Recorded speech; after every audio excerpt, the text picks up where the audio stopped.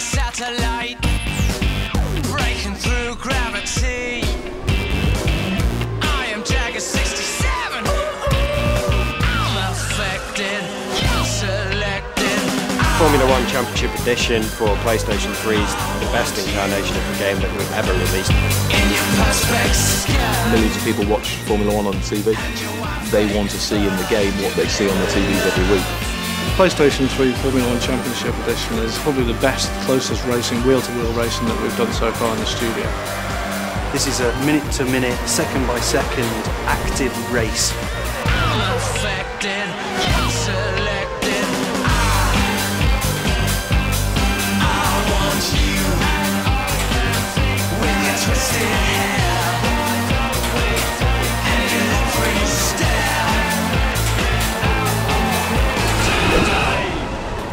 Creating a launch title for PlayStation 3 has given everybody on the team and everybody involved with it a huge boost, and has been a great honor to be working on PlayStation 3 early on in its life cycle, and being one of the titles that are probably going to be remembered, being one of the reasons for people picking up a PlayStation 3 when it comes out.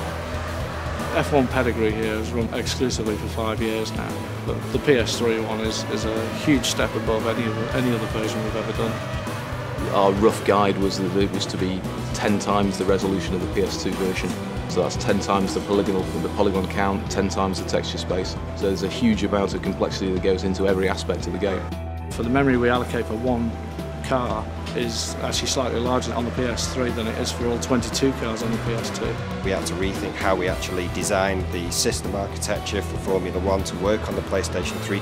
And this threw up some interesting new gameplay features. We could really accurately model a Formula 1 car. So when you go into a corner on the PlayStation 3 version of the game, you can have two wheels interlocking between an AI car and a player car. In order to get realistic reflections, you need to render the entire scene with all that complicated geometry, with all those textures, and then composite that onto the image of the car. On PlayStation 3 we can do that, and it means that we can get really realistic looking graphics, which means it's really immersive for the player. There will be signposts or little generators next to the track. Huge amounts of things which we could never put in, we just didn't have the polygonal power. But on PS3 all those kind of elements can be in there. For the PlayStation 3 we worked even closer with the teams and the actual people who build the tracks to get the data into the game.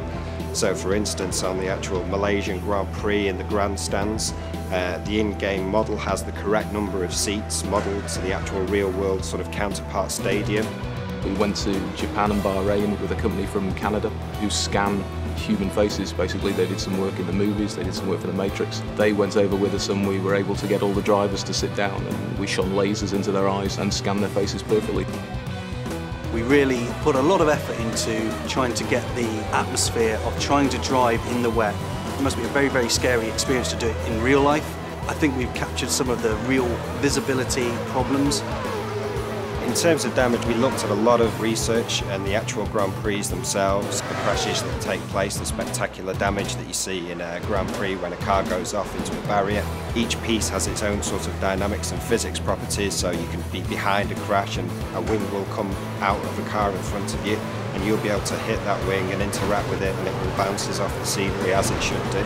Great graphics are what is the most immediately obvious part of any PlayStation 3 game, but we felt the playability was a key factor in ensuring that people felt it's a title that they get a lot of enjoyment out of. We have a kind of saying in the office of Formula Everyone. We want the game to be sort of accessible to every player.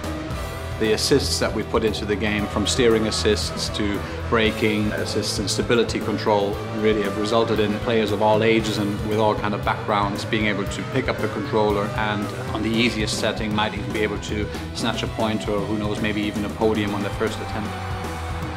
We can have 22 cars online with AI, with full collision, full physics, and the PS3 can handle that. That's a real difference for a racing game.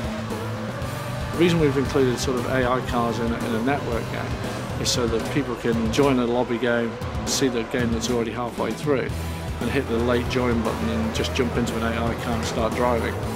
The player can basically, drive behind certain AI cars at certain points in the World Championship, and they will make mistakes, they will go wide on corners, they will react to an engine blowout in front of them in different ways.